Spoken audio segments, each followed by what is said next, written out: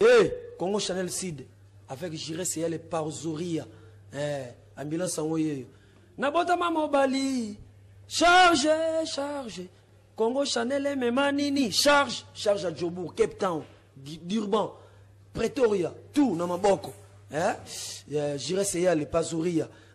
Salanga, Congo Chanel Sid, Sala yo, Razadi Niroleli, Zoa. Kota, Tombola Yango.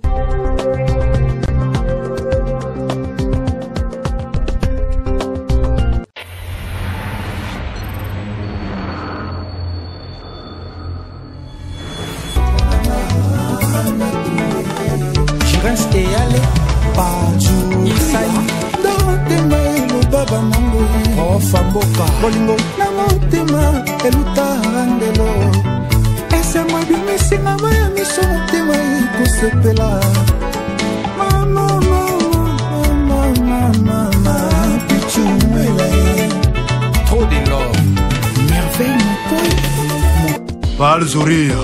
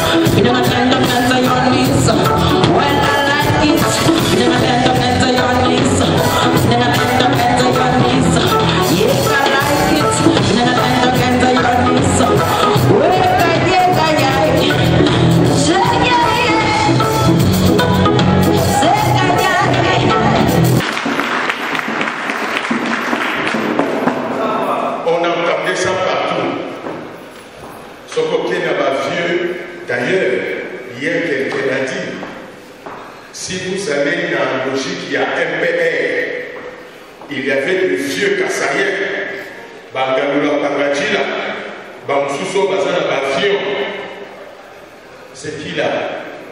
Fonji. Quand Étienne Tshisekedi commence à s'élever contre Mobutu, mais Tshisekedi était un jeune dans la génération Baïné à Kassai. Comment tu te lèves contre celui qui nous donne de marché, de l'argent, la nomination? Tu commences à déstabiliser. Même ses collègues des autres régions ne comprenaient pas. Qu'est-ce qui se passe? Dans la vie, il faut que ça la vie ce qu'on a la vision. Et puis, mon papier qui dit sur le principe, il y a une logique, il y a principe. Il faut garder le principe. Si on a convaincu que les ça là, et ça juste, et ça a un principe clair pour changer. Ce qui faisait la force de Papa Etienne, c'était le principe. L'obito Sangana dit mon corps a invoqué qui a mort. Opposant historique à Koufi, mais c'est un président de la République qui n'est pas quelqu'un d'une autre famille politique et de sa propre famille politique, l'UDPS, qui est chef de l'État. Et pourtant, qu'est-ce que les gens disaient? Ceux qui allaient visiter de temps en temps Papa Etienne lui disaient, mais vous êtes opposant, vous n'aurez jamais des honneurs. Tant beaucoup fa, puisque le pays ne sera jamais entre votre main. Mais quand les gens sont ce qui fait que quelqu'un hier a approché la dimension spirituelle de Papa Etienne Tshisekedi. Il croyait beaucoup. Papa Etienne lisait la Bible. Ça, c'était un premier message. Rester dans le principe. Il y a mis balai dans la vie. Il faut qu'on soit dans la vision. Il y a mis ça tout. On a dit dans quatre. Papa Etienne Tshisekedi, dans l'image, nous sommes là qui ça. Il y a une image à Tiki Phrase, mon pas Bobby. Le pouvoir ne se cherche pas à l'étranger, mais à l'intérieur du pays. Il faut chercher la légitimité du pouvoir à l'intérieur du pays. Ça, c'est la première phrase partout dans le Kenya. Et ça a des apports dans mon tour. Je cherche quelles sont les phrases des aînés. C'est pour vous donner un conseil. Il faut toujours aller dans les archives.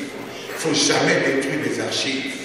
Et puis, un élément important dans l'esprit à Papa Etienne, lorsqu'il était nerveux, il était poète. Apprenant à être poète. Il ne disait rien. Ce qui fait que les gens même demandaient bateau,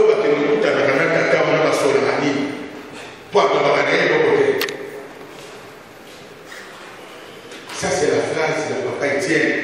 Le pouvoir, c'est à l'intérieur du pays. C'est le peuple qui donne le pouvoir.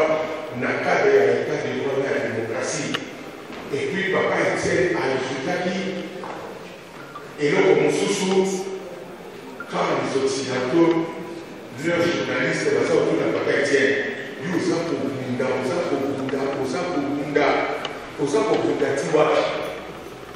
Papa Etienne a dit, si ce n'est que pour le pouvoir, j'ai été tout dans ce pays.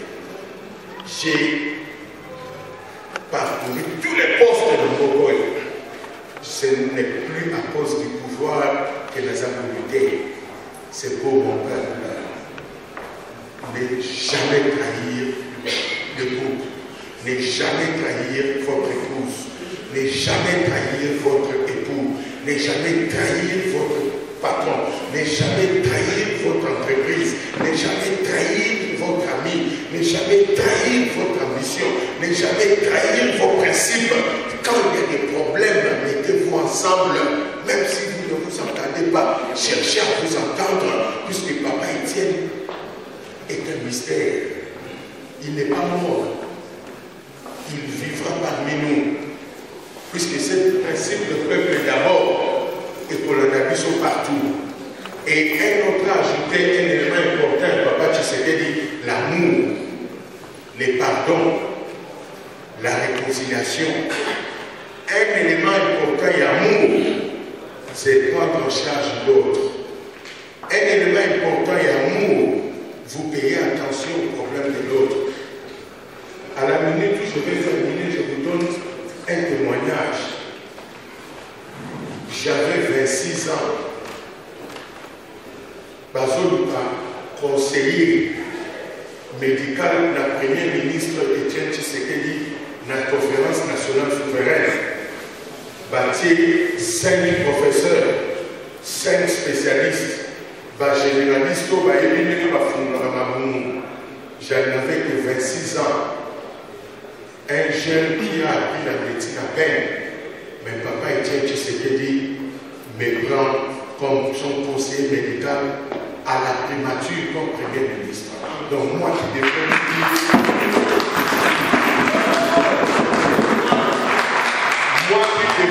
dire, voici la politique sanitaire, le Premier ministre. Et quand le ministre de la Santé présente la politique sanitaire dans le village, dans le milieu ruraux, le Premier ministre dira, Monsieur le ministre de la Santé, j'aimerais que mon ministre, mon conseiller médical, le docteur qui nous dise ce que dans mon cabinet on a fait. Baliboso na vita na tele baliboso batata ba musu bazana ba pique azana pique abo musu linenda tshena se bazote na mabo data na fungoli no ko ba livre na bloqué na commis pour présenter puisque le ministre de la Santé a dit nous avons un problème il y a pas vaccin pour na ba village na ba province on ne sait pas comment garder les vaccins alors sur la politique sanitaire du Congo pour le vaccin. Nous avons le ministre de Télémie, d'excellence, monsieur le Premier ministre. Je propose que, comme nous avons des problèmes d'électricité et consort, il faut utiliser ma frigo à pétrole pour garder le vaccin. Je vous dis, tous les ministres avaient applaudi. Et on a pris le principe, il y a un frigo à pétrole. Vous savez, les frigos à pétrole sont dans les villages. Le village va chercher le vaccin. Amour, il y a papa Etienne en Afrique du Sud, c'est quoi? Na sali examen à la médecin, na échoué na Pretoria, na école sa papa Etienne, na maman Marthe. Papa, j'ai échoué. Moi, je me sens un peu plus calme, mais lui-même est devenu abattu. Je lui demande, président, qu'est-ce qu'il y a? Il dit non, ça me fait de la peine que vous êtes dans la famille, dans le examen, ce que ça m'affecte aussi. Bon. Moi, j'ai dit, le vieux devrait plutôt. Et puis je vais terminer. Quand il est à table à Santo Nazakolia, dès que le visiteur va sortir, il sont toujours bloqués par nous. Pour bailler la énergie à Zolia. Ils sont toujours déjà dans la salle. Au moins, le papa Etienne stop pour dire je vis en Belgique, les Kamani, venez tous à table. Au moins, total du président, monsieur Zagima Namiken, au moins, total du président. Et puis, papa Etienne dira, mais pourquoi vous me regardez? Vous mangez chez moi, est-ce que je vous ai empêché? Pourquoi pas tomber comme ça? Donc, je termine pour vous dire, amour et caractériser le sol. Bolibisana et caractériser le sol. N'est-il papa l'élo, topé petit pain télé?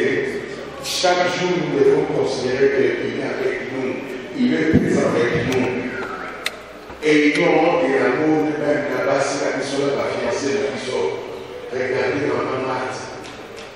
2 ans avec quelqu'un comme Obali, la mort, la Belgique. Et c'est le vice-président qui a soulevé sa guerre.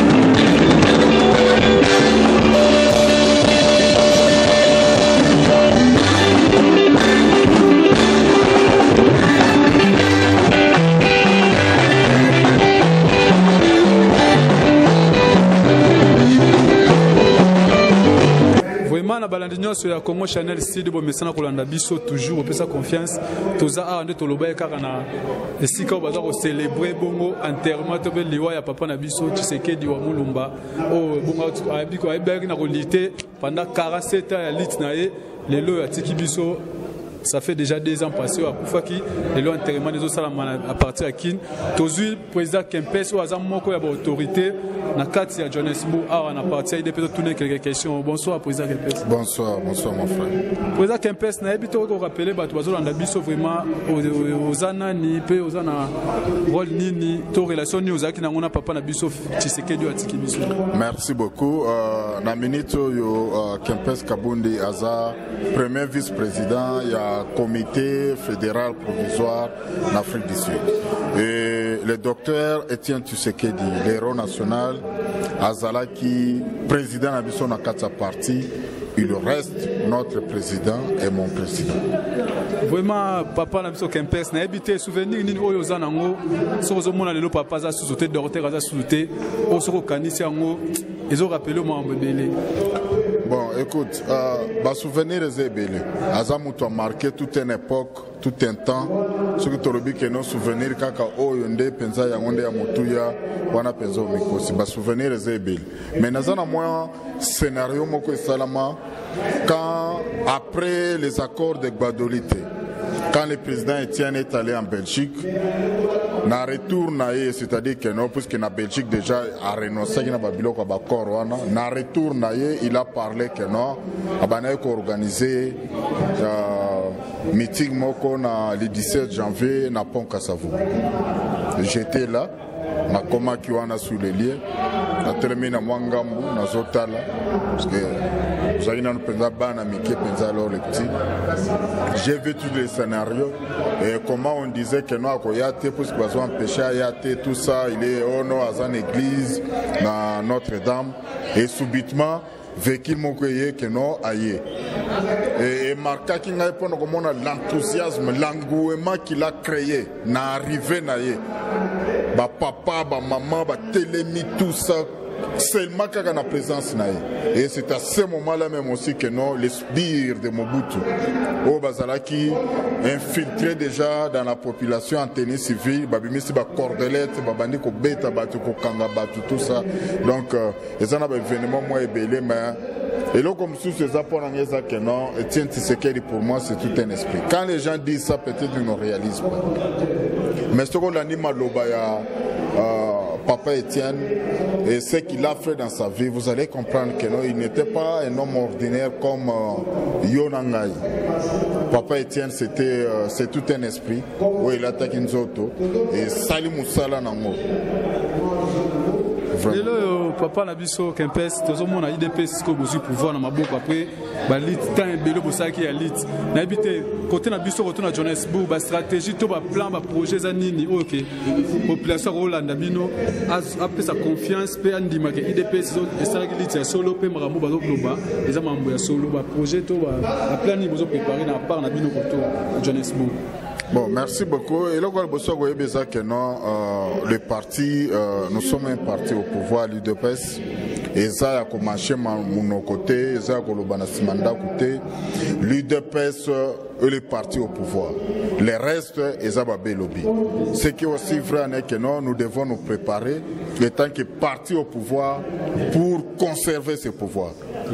C'est-à-dire, l'UDPS va s'organiser de façon que nous, en 2023, que l'UDPS puisse encore donner un deuxième mandat à son Excellence Félix Antoine Tshisekedi. Et ainsi de suite, c'est-à-dire que non, l'UDPS doit conserver ses pouvoirs les plus longtemps possible. Donc, défi Nabiso Sougazali a conserver le pouvoir les plus longtemps possible. Les plus longtemps que possible, on a président Kempes Mutalobiango. Président Kempes, avant d'aller à Awa, na moni que vous savez l'organisation mora bien, mais na moni moussou ezaki quelque part. Na habité ezaki, et là on est celle qui a créé que vous avez la unité Awa, tout le monde a mis sous part, mis sous koto yo, pour la nini bon. Bon, il faut comprendre seulement non, Moutou, azana moi ba sirso na ye. Azape na moi, oh to bengina ngoba ego. Vous allez comprendre. Ba ego ndé Moutou salaga que non, Moutou andi maté que non ezayo. na yaka na simana yo ke non azala tous ensemble to kende liboso. C'est un peu ça. Igo kaka mutezo sala batumema. Puisque vous allez vous demander que non, Batouana ça fait maintenant plus des années. Batikala ko organiser ata activité mon côté à partir na Katamboka. Subitement lelo et ça subitement c'est puisque bayoka ki que non le comité fédéral provisoire est organisé le Komoko na orgueil na moi baigo on a biso peut ça moi quelque chose. Bon, qui sommes-nous? Nous ne pouvons pas dire que nos boko ça la tebanine, ils ont leur droit de le faire. C'est que l'andi bon président IDP César unité za bomoko. Mais na kokende ya papa c'est comme si ba divergence c'est côté trop ba bokabone côté trop. Non ba bokane ba bokabone côté il n'y a pas de division. Les problèmes ça se mandé na wega no ba igo ya batu. Vous comprendre. Mutazoli nga kondimate que non ezaba igo personnel ndezo sala nengwana se débattre bazoli mondimate. Quand on a eu le congrès au mois de mars 2018 ezana batu ba telemaki pour dire que non bazo reconnaître le congrès wana. Le congrès wana ya mutu lelo mutu bimi.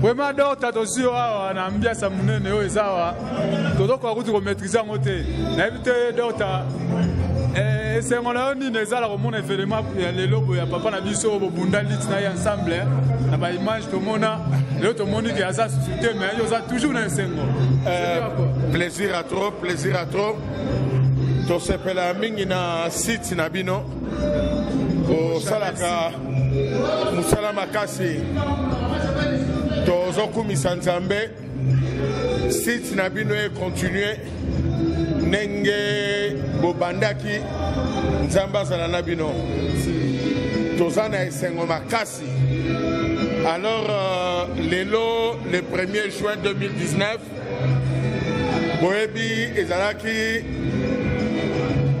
date ya enterrement ya papa Étienne. Monde entier va constater que ça plutôt célébration. Il y a batata, il y a ba jeune, il y a bana, na ba maman. Pona onyo se tient Tshisekedi asali na Congo comme héros national. Visibilité oyomoni, na impact oyomoni. Et cela qui sait combien peuple congolais alingaki papa Etienne Tshisekedi. Visibilité au Moni, Nandenge stade de martyrs sali plein à Kinshasa et puis dans toutes les provinces du Congo. Et cela qui sait que message à papa Etienne Tshisekedi, le peuple d'abord a été bien suivi et que vision papa Etienne sur état de droit, la démocratie, la légitimité du pouvoir, le respect de la Constitution, l'alternance du pouvoir, le respect des droits de l'homme.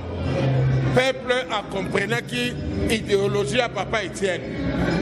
Et puis il y a la constance, la lutte à papa Etienne. Ce qui fait que la date à l'élo, le 1er juin 2019, papa héros, papa Etienne, a commis papa africain nyonso et puis papa européen américain né ba peuple nyonso ya monde pona nyonso oyo papa Etienne asalaki pona bitumba ya démocratie. Donc avec papa Etienne tozali la fierté Yarosala congolais. Avec papa Etienne, tu suis au Babenga restauration, il y a identité à congolais.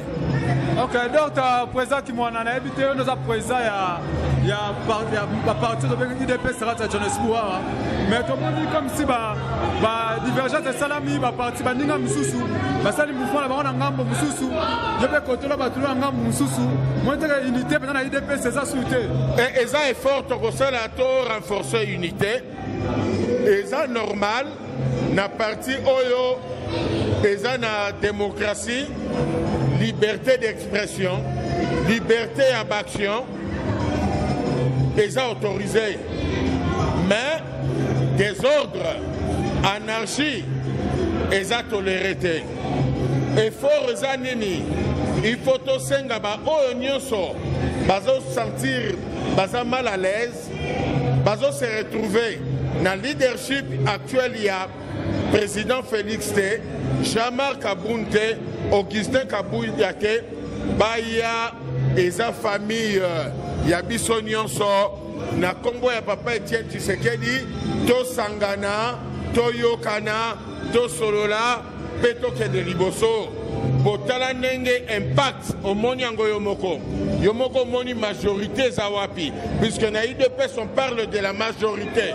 Tolingaka ba biloko mike mikete. Tolingaka unité na majorité. Mais Yomoko vivre yango. Ba région nyonso baza awa. On va partir sous baza ba ko na ko fêter la noce. To kumisi nzambe po invitation to tindelaki ba parti nyonso ba société civile nyonso.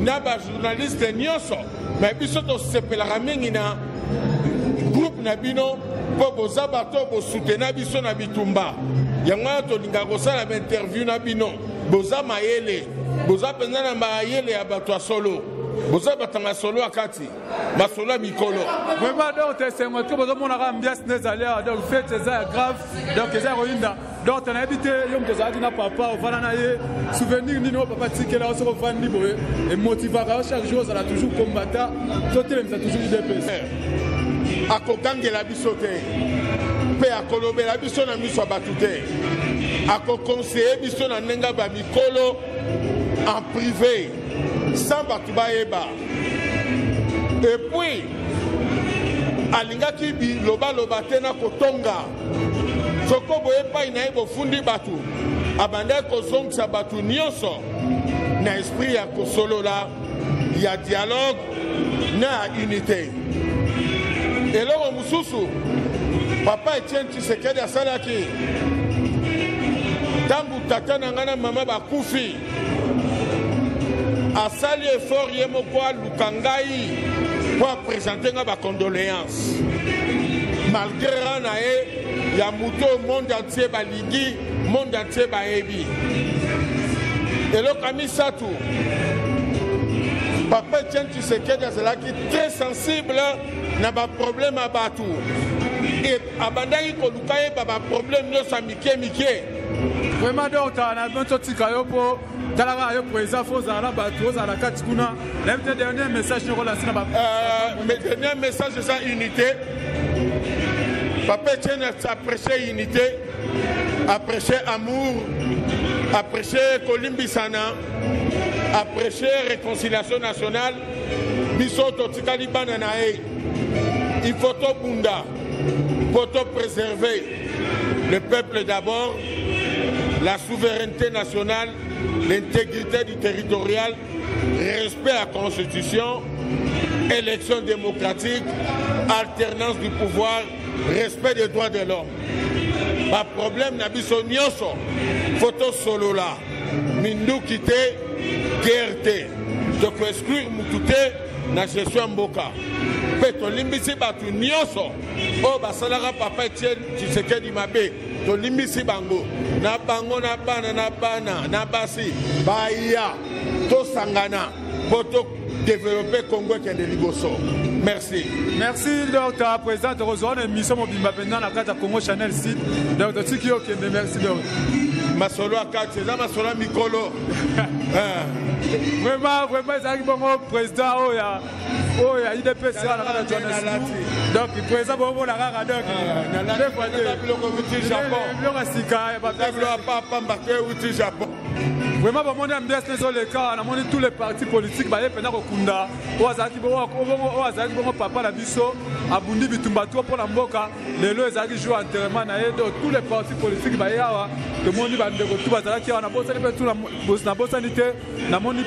un rassemblement de Fati, on a bon Rafat, on a présenté mon président Modeste Ntema, Hamza, et pas ça, on a Fati Snios, Bazar, on a resté à Mingi. Le matin, on a présenté des campagnes, la section est randonnée, la vice-président est pas ça, on a vraiment la question, on a des campagnes, on a la pièce,